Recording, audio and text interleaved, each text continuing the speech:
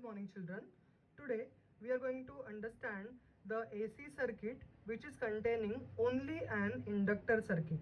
Okay, or we can say that whenever the alternating current is applied to purely inductive circuit, then what will be the expression for the current and what will be the expression for the EMF. Okay, so for that particular concept, we are showing here the diagram. L is an inductor, okay, and having the inductance is equal to capital L, okay, which is connected to the source of alternating EMF, and that is equal to E is equal to E naught sine omega t. Okay, so we are going to consider that first of all E is equal to E naught sine omega t. This is the first equation. Okay, now we assume that this inductor has negligible resistance and therefore the circuit is considered as a purely inductive AC circuit. Okay, now as the alternating current passes through this particular inductor, we have studied that the back EMF is generated. Okay, that back EMF generated is nothing but minus L di by dt. This back EMF is set up which opposes the applied alternating EMF. Okay, so we have to write down here the back EMF generated in inductor L, isn't it, is nothing but is equal to minus L di by dt. This is self-induced EMF, okay, and called as a back EMF, which opposes the applied EMF. Okay, so suppose we are going to consider overall complete circuit, then there are two EMF. One is the alternative supply, that is nothing but the alternating current and producing certain EMF, that is E, and the another EMF is now generated which is due to the self-induced EMF called as a back EMF. So net instantaneous EMF in the circuit we want to find out. So net instantaneous EMF at that particular time is equal to E, and this is minus L di by dt. Okay, now this EMF must be zero because there is no resistance in the circuit, and we have also assumed that this particular inductor is having very negligible resistance, isn't it? So this together net instantaneous EMF must be equal to 0. Okay, so we can have the equation now. E is equal to L di by dt. From this equation we got it. Okay, so we can say that instead of E we are going to put the value that is equal to E naught sine omega t must be equal to L di by dt. Okay, so this equation we are going to produce in this particular term. Okay, now what happens, suppose we are going to find out di because I must find out the current.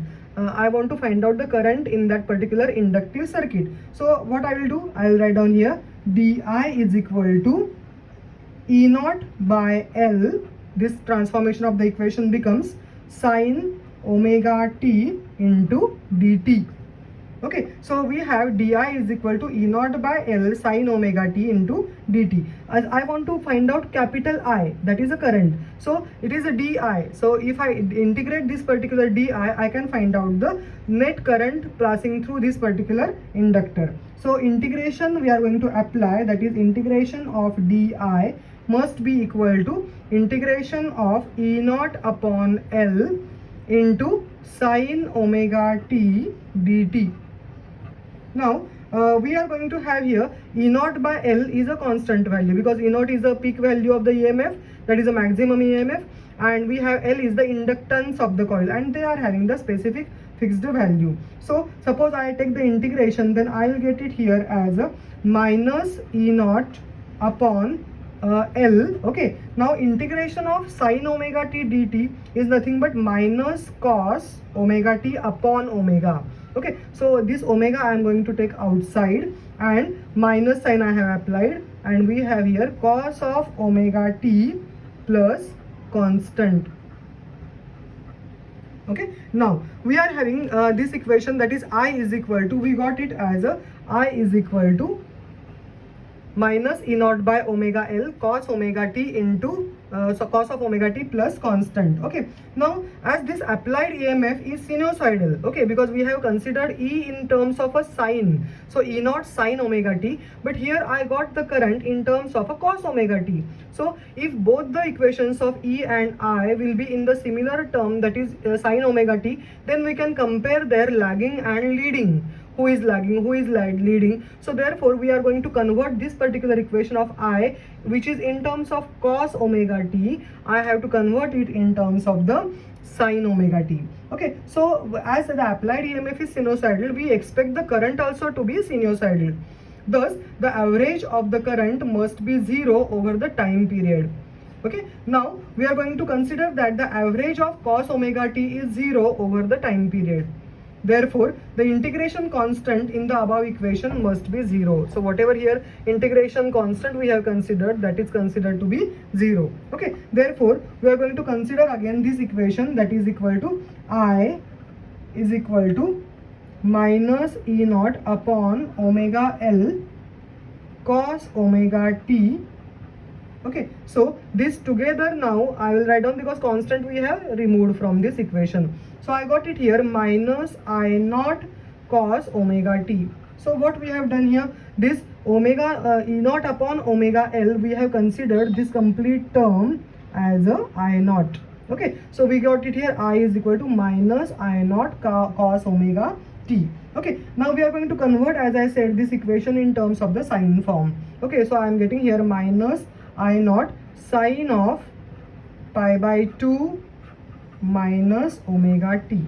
Okay, why we have considered here? Because cos theta, this is the equation we have taken, cos theta is equal to sine of pi by 2 minus theta. This identity we have used.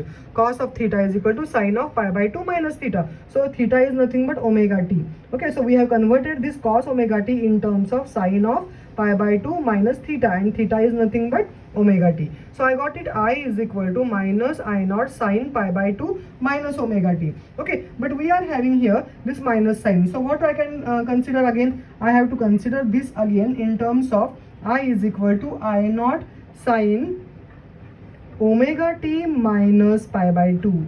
So again here I have used the identity, I will write down on this side, that is minus sine theta is equal to sine of minus theta. Okay, minus sine theta is equal to sine of minus theta. The same thing we have done here. Minus sine theta is equal to sine of minus theta. So all these signs are changed. Omega t become positive and pi by t is now, pi by 2 is becoming now negative. So we got it here I is equal to I naught sine omega t minus pi by 2. Okay, now this is our basic equation for the current now flowing through the inductive circuit in which AC is involved. Okay, and I naught value I am getting here, I naught is equal to E naught by omega L, and this value is called as a peak value of AC. Peak value of AC. Okay, so we got both this equation, and from this equation and this equation you can clearly see that the EMF equation is E naught sine omega t. Okay, and current equation I got as a I is equal to I naught sine omega t minus pi by 2.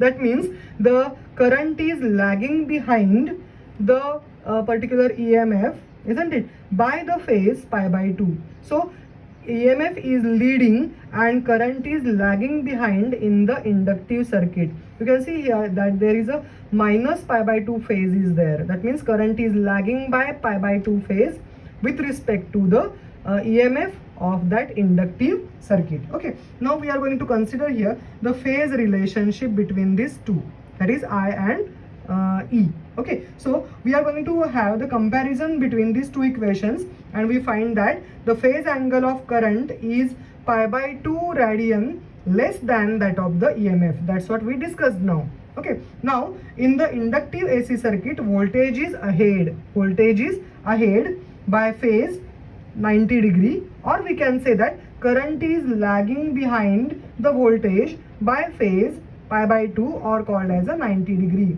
Okay, this means that the voltage E attains maximum value. You can see here in the phasor diagram, voltage E attains maximum value, okay, at this particular place, that is at the quarter of the cycle. This is the quarter, T by 4 time period. If I completely define this time period, T, isn't it, T by 4, T by 2, and then last is T. These 4 phases, suppose I will find out of the time period, then the EMF is achieving the highest value, that is E naught, isn't it, at that particular angle, that is pi by 2, and at the time T by 4. Okay, and now we can say that the voltage attains the maximum value E naught a quarter of the cycle earlier than that of the current I, or the current attains the peak value. I can say in the other words also, the current I attains its peak value I naught a quarter of the cycle later than the voltage E. So you can see that first of all the EMF is becoming highest at this T by 4 time period, and current is shown by the dotted line, green dotted line. Okay, so current is becoming maximum at the latter half. How much latter half? You can see here at this place the EMF is maximum, at this place you can see here at this place the current is maximum. So how much is this difference between the phase? This difference between the phase is pi by 2, because pi minus pi by 2 is pi by 2, isn't it? So we can say that the current is reaching to its maximum later, but EMF is reaching to its maximum earlier, and that's what we can say, that EMF is leading and current is lagging by the phase pi by 2. So this is the phase relationship between this particular current and the EMF. Okay, now what is this phasor diagram? This phasor diagram is also important, because whenever this complete question is asked for 3 marks, then this complete derivation is also equally important, and along with that these 2 diagrams are important. Sometimes in CBSE question paper they give the graph. Okay, they give the graph of this particular E versus E and I graph versus omega t, and we have to identify from that particular graph which is that component in the AC circuit, and then you have to derive the complete relation. So the question can be of any type. If the graph is given, you have to identify that component and you have to produce the relationship between the I and E. Okay, or directly they can give that AC circuit is having the inductor and find out the relation between E and I and plot phasor. So in either ways the question can be asked. So your phasor diagram as well as your graph must be very proper to understand the inductive circuit as well as the capacitive circuit. So this is the phasor diagram. Okay, this is the phasor diagram in which we can say that the inductive circuit of AC. Now phasor E, this is the phasor E, this is the phasor, and this is the maximum value of E naught. Okay, and that's what always you have to keep in mind, that whenever there is a longer phasor is shown, that is always for the E naught, and shorter phasor is selected always for I. So I naught is shown by a shorter phasor and E naught is shown in the diagram by a longer phasor. This is also you have to keep in mind always. Okay, so what we can say, that the phasor E makes an angle omega t, you can see here omega t, with respect to x-axis, isn't it? Okay, and in the anti-clockwise direction. As the current lags behind, you can see that the current is below the x-axis we have shown, isn't it? So current is lagging behind the EMF by the angle pi by 2 or by the phase pi by 2. So that's what this lag behind the phase is shown by the pi by 2 exactly angle. Okay, so angle between E naught and I naught must be pi by 2. So we can say that the current phasor I makes an angle pi by 2 radian with the phasor E. Okay, in the clockwise direction. Okay, so we can say that here the first of all important thing is that to understand the relation to find out the EMF and the current. The next one is the phasor diagram, and the last one we can say that it is a graphical presentation. Now from this particular complete explanation, we have to now find out the another term, and which is generally asked, that is called as a inductive reactance. Okay, so let us go for the inductive reactance. I'll write down here inductive reactance.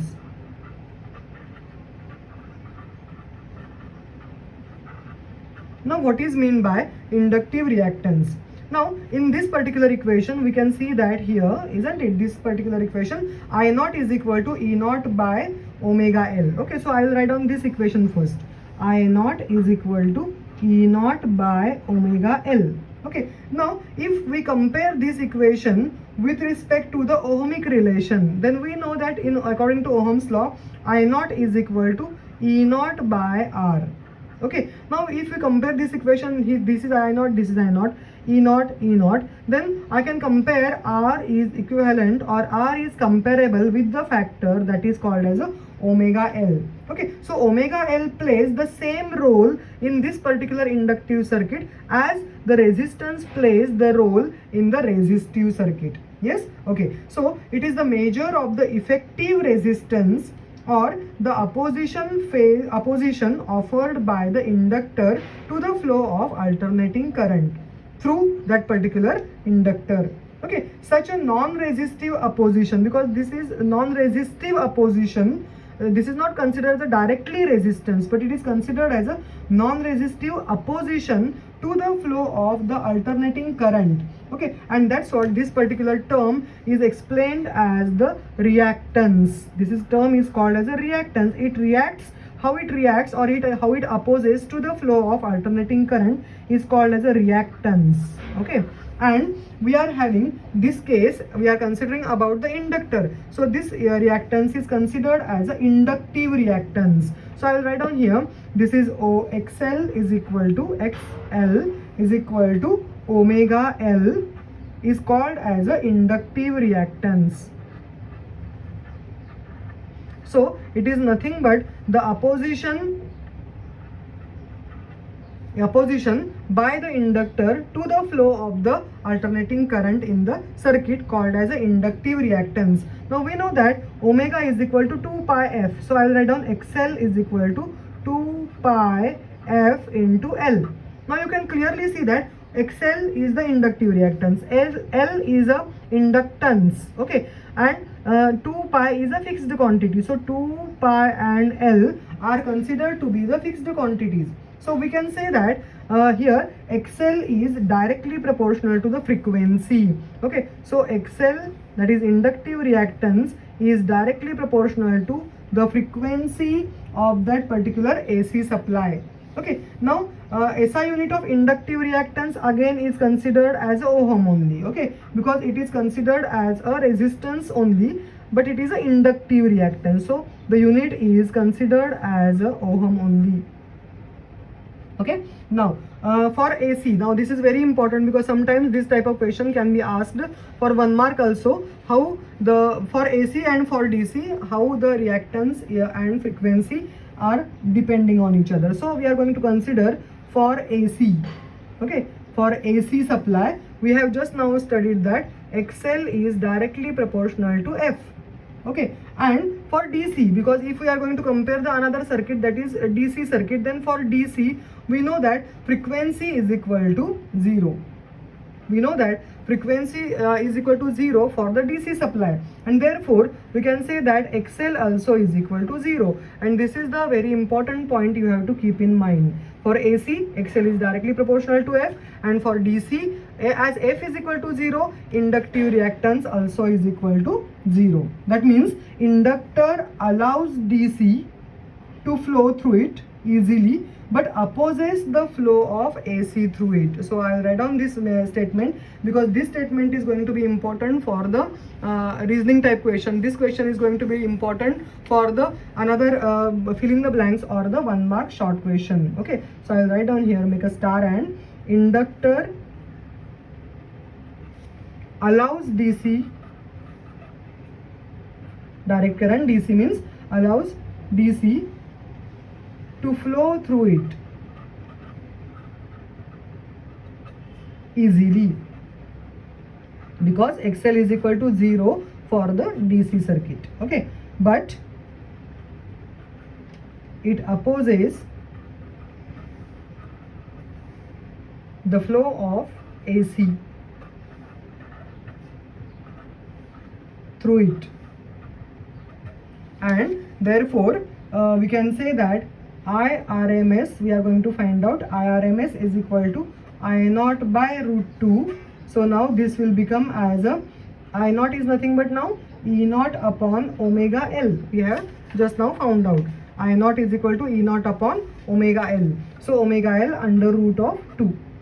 Okay, so this we can write down now. E naught by root 2 is nothing but ERMS. So ERMS upon omega L. Okay, so we can also write down this term as IRMS is equal to ERMS upon omega L is nothing but XL, inductive reactance. Okay, so this is the relation for the RMS value to be calculated in the inductive circuit. Okay, now this graph is shown. This graph is for the variation of XL versus frequency. Okay, so variation of the inductive reactance and the frequency, this graph is shown. Very easy to understand because we know that here XL is directly proportional to F for AC circuit. As it is directly proportional to, we are going to show the nature of the graph as a straight line with the positive slope. That means what? As F increases, for graph I will write down here, for graph XL is directly proportional to F, therefore straight line graph. Okay, and positive slope. This means that as frequency increases, the value of inductive reactance also goes on increasing.